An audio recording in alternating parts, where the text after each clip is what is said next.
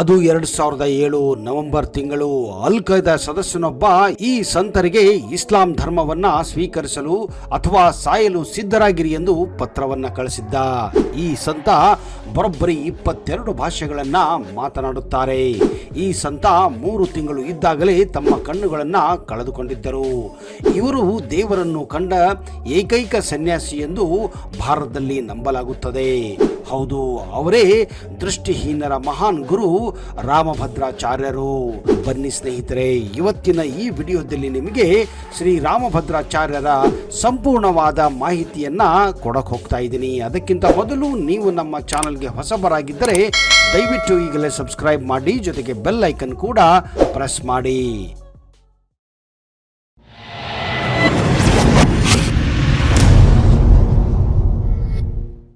ಅದು 1950 ಜನವರಿ 14ನೇ ತಾರೀಕು, ಸಂಕ್ರಾಂತಿಯ ಶುಭ ದಿನ.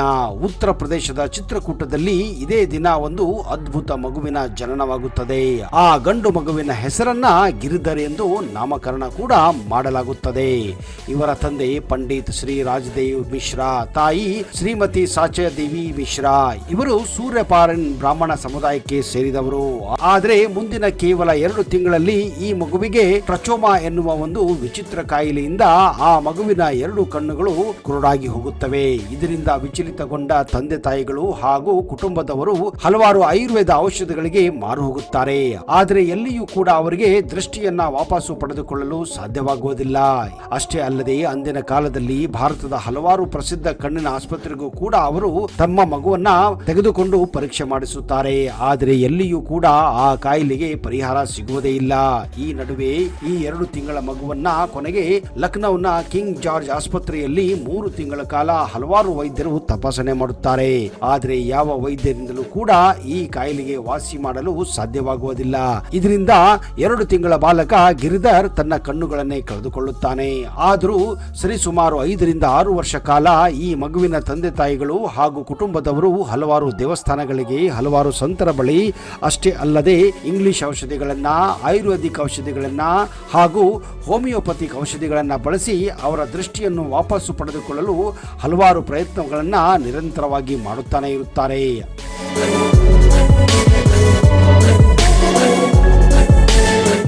ಆದರೆ ಮುಂದಿನ ಕೆಲವು ವರ್ಷಗಳವರೆಗೂ ಯಶಸ್ಸು ದೊರೆಯೋದಿಲ್ಲ. ಹೀಗಾಗಿ ಅವರು ಇದು ದೇವರ ಇಚ್ಛೆ ಎಂದು ತಂದೆ ತಾಯಿಗಳು ಕೂಡ ಸುಮ್ಮನಾಗುತ್ತಾರೆ. ಈ ಮಗುವನ್ನ ದೇವರ ಮಗು ಎಂದೇ ಅವರು ಭಾವಿಸುತ್ತಾರೆ.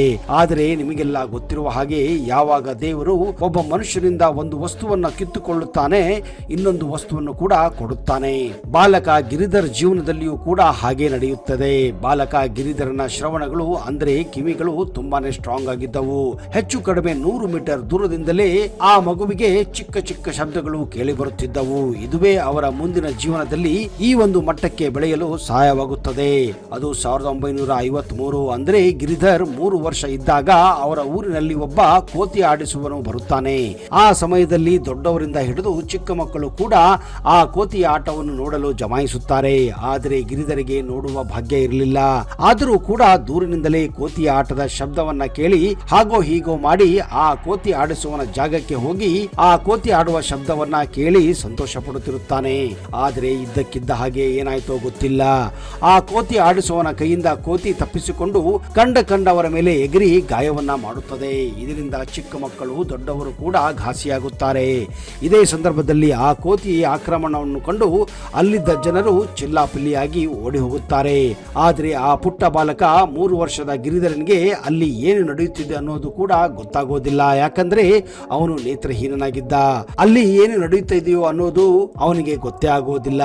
ಆ ಮೈದಾನದ ಪಕ್ಕದಲ್ಲಿ ಇದ್ದ ಒಂದು ಪಾಳು ಬಿದ್ದ ಹಾವಿಯಲ್ಲಿ ಆ ಹುಚ್ಚು ಹಿಡಿದ ಕೋತಿ ಗಿರಿಧರನನ್ನ ಆಕ್ರಮಣ ಮಾಡಿ ಆ ಪಾಳು ಬಿದ್ದ ಬಾವಿಯಲ್ಲಿ ನೂಕಿ ಓಡಿ ಹೋಗುತ್ತದೆ. 3 ವರ್ಷದ ಬಾಲಕ ಗಿರಿಧರನಿಗೆ ತಲೆಗೆ ಪೆಟ್ಟು ಬೀಳುತ್ತದೆ. ತಾನು ಎಲ್ಲಿ ಇದ್ದೇನೆ, ಎಲ್ಲಿ ಬಿದ್ದೇನೆ ಅನ್ನೋದು ಕೂಡ ಆ ಬಾಲಕನಿಗೆ ಗೊತ್ತಿರುವುದಿಲ್ಲ. ಅಷ್ಟರಲ್ಲಿ ಎಲ್ಲ ಹಳ್ಳಿಯ ಜನರು ಓಡಿ ಹೋಗಿರುತ್ತಾರೆ. ಇದೇ ಕಾರಣ ಆ ಹಳ್ಳಿಯ ಜನರು ಎಲ್ಲಿ ತನಗೆ ಹೊಡೆಯುತ್ತಾರೆ ಎನ್ನುವ ಭೀತಿಯಿಂದ ಆ ಕೋತಿ ಓಡಿಸುವ ಸಹ ಅಲ್ಲಿಂದ ಓಡಿ ಹೋಗಿರುತ್ತಾನೆ. ಇನ್ನು ಆ ಗಿರಿಧರ ಗಿರಿಧರ ಆ ಪಾಳು ಬಿದ್ದ ಬಾವಿಯಲ್ಲಿ ಬಿದ್ದ ವಿಷಯ ಯಾರಿಗೂ ಕೂಡ ಗೊತ್ತೇ ಇರೋದಿಲ್ಲ. ಅವನ ತಂದೆ ತಾಯಿಗಳು ಕೂಡ ಅವನಿಗಾಗಿ ಸಂಜೆಯವರೆಗೂ ಹುಡುಕಾಟ ಪ್ರಾರಂಭಿಸುತ್ತಾರೆ. ಇಡೀ ಹಳ್ಳಿಯಲ್ಲಿ ಅವನನ್ನ ಹುಡುಕುತ್ತಾರೆ, ಆದರೆ ಎಲ್ಲಿಯೂ ಸಿಗುವುದಿಲ್ಲ. ಇದಕ್ಕೆ ಕಾರಣ ಬಾವಿಯಲ್ಲಿ ಬಿದ್ದಾಗ ಗಿರಿಧರನಿಗೆ ಬಲವಾಗಿ ತಲೆಗೆ ಏಟು ಬಿದ್ದು ಅವನು ಪ್ರಜ್ಞಾಹೀನನಾಗಿದ್ದ. ಆದರೆ ಸಾಯಂಕಾಲದ ಸಮಯ ಪ್ರಜ್ಞೆ ಬಂದಾಗ ಜೋರಾಗಿ ಅಳಲು ಪ್ರಾರಂಭಿಸುತ್ತಾನೆ. ಆಗ ಅಲ್ಲಿಯೇ ಆಡುತ್ತಿದ್ದ 10 ವರ್ಷದ ಚಿಕ್ಕ ಬಾಲಕಿಯೊಬ್ಬಳು ಆ ಪಾಳು ಬಿದ್ದ ಬಾವಿಯಲ್ಲಿ ಯಾರೋ ಅಳುತ್ತಿದ್ದಾರೆ ಎಂದು ತನ್ನ ತಂದೆ ತಾಯಿಗಳನ್ನ ಕರೆದುಕೊಂಡು ಹೋದಾಗ ಮಗು ಇರುವುದು ಗೊತ್ತಾಗಿ ಗಿರಿಧರನ ತಂದೆ ತಾಯಿಗಳನ್ನ ಕರೆಯಿಸಿ ಅವನನ್ನ ಮೇಲಕ್ಕೆ ಎತ್ತುತ್ತಾರೆ. ಗಿರಿಧರ್ ಅವರ ತಂದೆ ಸ್ವಲ್ಪ ಸಮಯದವರೆಗೆ ಮುಂಬೈನಲ್ಲಿ ಕೆಲಸ ಮಾಡುತ್ತಿದ್ದರು. ಇದೇ ಕಾರಣ ಗಿರಿಧರ್ ಅಜ್ಜನಿಂದ ಪ್ರಾರಂಭಿಕ ಶಿಕ್ಷಣವನ್ನ ಪಡೆದಿದ್ದಾರೆ. ಮಧ್ಯಾಹ್ನದ ಸಮಯದಲ್ಲಿ ಅವರು ಅವರ ಅಜ್ಜ ಹಿಂದೂ ಮಹಾಕಾವ್ಯಗಳಾದಂತಹ ರಾಮಾಯಣ ಮತ್ತು ಮಹಾಭಾರತದ ವಿವಿಧ ಪ್ರಸಂಗಗಳನ್ನ ಅವರಿಗೆ ವಿವರಿಸುತ್ತಿದ್ದರು. 3 ವರ್ಷದ ವಯಸ್ಸಿನಲ್ಲಿಯೇ ಗಿರಿಧರ್ ತಮ್ಮ ಮೊದಲ ಕವನವನ್ನ ಅವಧಿ ಭಾಷೆಯಲ್ಲಿ ರಚನೆ ಮಾಡಿದ್ದರು ಹಾಗೂ ಅದನ್ನ ಓದಿ ಅಜ್ಜನಿಗೆ ಸಮರ್ಪಿಸಿದ್ದರು.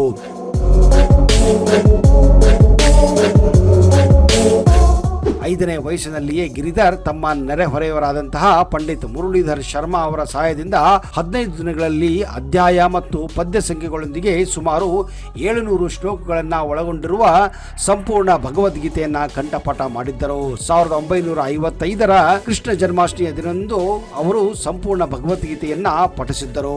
ಗಿರಿಧರ್ 11 ವರ್ಷದಲ್ಲಿದ್ದಾಗ ಮದುವೆಯ ಮೆರವಣಿಗೆಯಲ್ಲಿ ತಮ್ಮ ಕುಟುಂಬದವರು ಅವನನ್ನ ಸೇರಿಸಿಕೊಳ್ಳುವುದನ್ನ ತಡೆಯುತ್ತಾರೆ.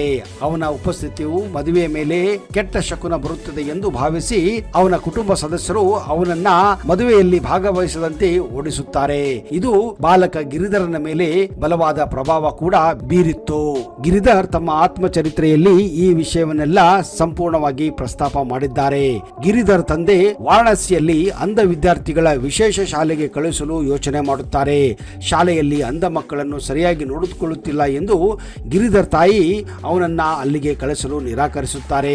ಗಿರಿಧರ್ ತಮ್ಮ 21ನೇ ವಯಸ್ಸಿನಲ್ಲಿ 1971ರಲ್ಲಿ ವ್ಯಾಕರಣದಲ್ಲಿ ಉನ್ನತ ವ್ಯಾಸಂಗಕ್ಕಾಗಿ ವಾರಣಾಸಿಯ ಸಂಪೂರ್ಣಾನಂದ ಸಂಸ್ಕೃತ ವಿಶ್ವವಿದ್ಯಾಲಯಕ್ಕೆ ಸೇರಿಕೊಳ್ಳುತ್ತಾರೆ.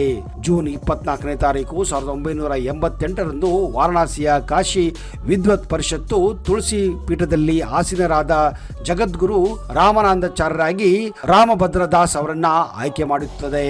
1989 ಫೆಬ್ರವರಿ 3ರಂದು ಅಲಹಾಬಾದ್ನಲ್ಲಿ ನಡೆದ ಕುಂಭಮೇಳದಲ್ಲಿ 3 ಮಹಾಂತರು ಸರ್ವಾನುಮತದಿಂದ ಈ ಒಂದು ಆಯ್ಕೆಯನ್ನ ಬೆಂಬಲಿಸುತ್ತಾರೆ.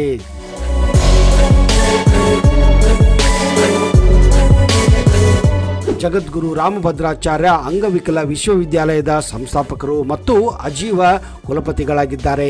ಈ ಸಂತರು ಇಂದು ಇಡೀ ವಿಶ್ವಾದ್ಯಂತ ತಮ್ಮ ಪವಾಡಗಳಿಗೆ ತಮ್ಮ ಚಮತ್ಕಾರಗಳಿಗೆ ಹೆಸರುವಾಸಿಯಾಗಿದ್ದಾರೆ.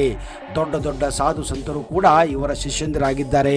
ಇವರಲ್ಲಿ ಮುಖ್ಯವಾಗಿ ಬಾಬಾ ಭಾಗೇಶ್ವರ್ ಧಾಮ್ ಗುರುಜಿಗಳು, ಶ್ರೀ ಶ್ರೀ ರವಿಶಂಕರ್ ಗುರುಜಿ, ಸದ್ಗುರು ಬಾಬಾ ರಾಮದೇವ್ ಮತ್ತು ಇನ್ನೂ ಹಲವಾರು ಪ್ರಸಿದ್ಧ ಯೋಗಿ ಸಂತರು ಇವರ ಶಿಷ್ಯಂದರಾಗಿದ್ದಾರೆ. ಈ ಎಲ್ಲ ಸಂತರಲ್ಲಿ ದೇವರನ್ನು ಕಂಡಂತಹ ಏಕೈಕ ಸಂತ ಅಂದ್ರೆ ಅದುವೇ ರಾಮಭದ್ರಾಚಾರ್ಯ ಸಂತರು ಎಂದು ಅವರ ಬಳಗ, ಅವರ ಭಕ್ತರು ಕೂಡ ಹೇಳುತ್ತಾರೆ.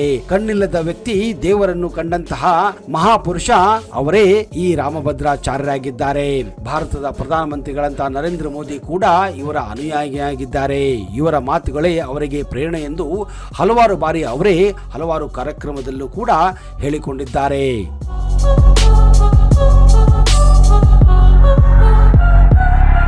ಸ್ನೇಹಿತರೆ, ರಾಮಭದ್ರಾಚಾರ್ಯ ಅವರ ಇನ್ನಷ್ಟು ಇಂಟ್ರೆಸ್ಟಿಂಗ್ ಮಾಹಿತಿಯನ್ನ ಬರುವ ಸಂಚಿಕೆಯಲ್ಲಿ ಕೊಡುತ್ತೇನೆ. ಅಲ್ಲಿಯವರೆಗೆ ಜೈ ಹಿಂದ್, ಜೈ ಕರ್ನಾಟಕ. ನಿಮಗೆಲ್ಲ ಶುಭವಾಗಲಿ.